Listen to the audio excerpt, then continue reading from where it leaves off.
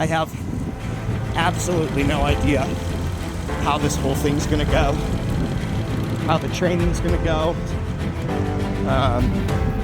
what it's gonna be like for the next, year and a half. What I do know is I'm gonna follow the systems that are given to me by my coach.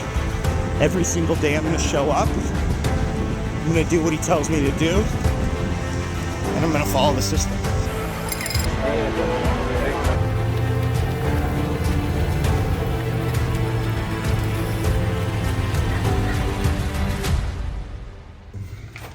What we are doing today is we're setting up the Wahoo KICKR Core.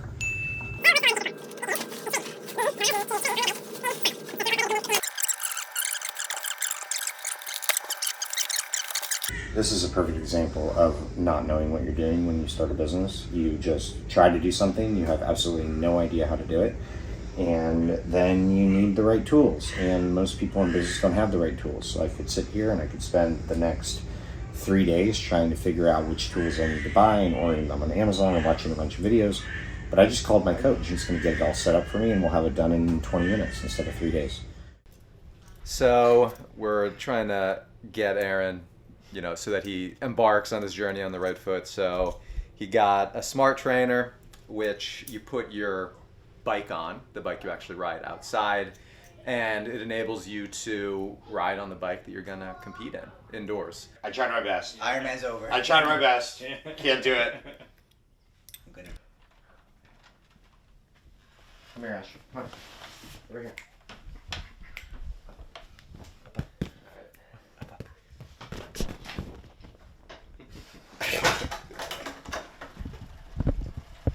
You're good to go. You don't ever have to remove it again. Thank God. Thank God, because I might just quit. You said that more like, please don't. So on the bike, we prescribe intervals based on wattage. So, how hard should Aaron be pedaling? And we structure workouts where we're trying to get at a certain stimulus, and this will ensure that we're training as precisely as possible relative to his unique metabolic profile, his intensity zones, etc. So there's a power meter in here, so we actually connect this to a software program, and I structure workouts, and all he has to do is hop on the bike, turn on the software, Zwift, and it will tell him exactly how many watts to put out at any given time. It's probably the biggest time saver if you wanted to pick one in triathlon training. Today's our first meeting. We've got Conrad, founder of Working Triathlete, which is a team nationally. He trains professional athletes as well as amateurs, so people who are way faster than I am. And then we've got Danny Palm, who is our strength coach, and we've been working out together for a couple of years now. And I went from very little squats to a lot of squats and a lot of weight. We're going to talk about the training for the Ironman, which is 2.4 miles of swimming, 112 miles of biking, and 26.2 miles of a running race, which can take between 7 hours or 17 hours. So we're going to try to figure out how to make it closer to the 7 and farther away from the 17 today. So make sure I don't get injured and figure out how can we work together and build the team necessary to make sure that this works. So aerobic fitness is the most important factor for doing an Ironman well. An Ironman is not a sprint, obviously. So you need to teach the body to take oxygen and create energy aerobically. We want to really build strong heart and lungs and build the mitochondria and the muscle fibers so that you can keep on going without bonking. So that's done via a lot of easy aerobic work, easy runs, easy riding with, intelligently integrated higher intensity work. So really we've been pushing strength gains. So obviously at this point, I'm gonna let Conrad take over as far as pushing things. I just want to make sure that he's still fit and strength and doesn't lose a bunch of muscle. So I'm going to follow Conrad's lead for the most part as far as how hard we push it. I'm thinking it'll probably end up being more like high rep ranges, lower weight.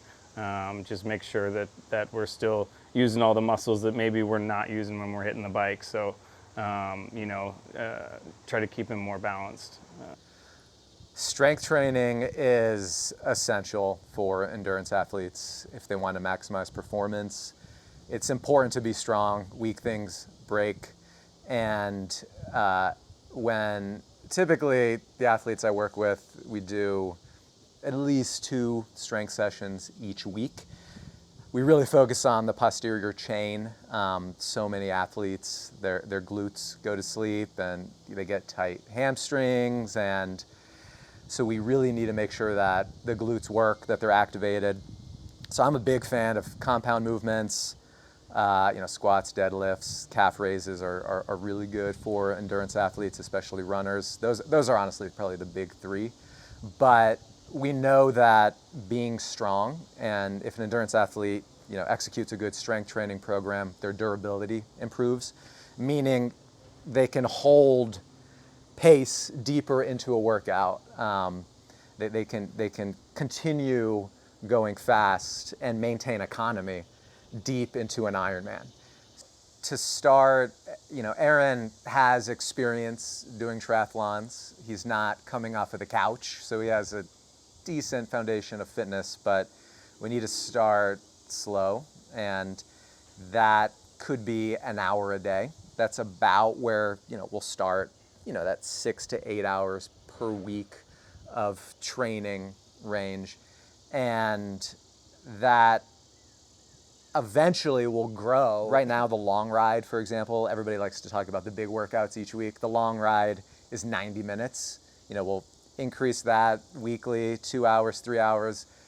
In Ironman prep, it's good to get a few 100-mile rides in, and those can take anywhere from, 4.5 to 7 hours, depending on the terrain and the athlete.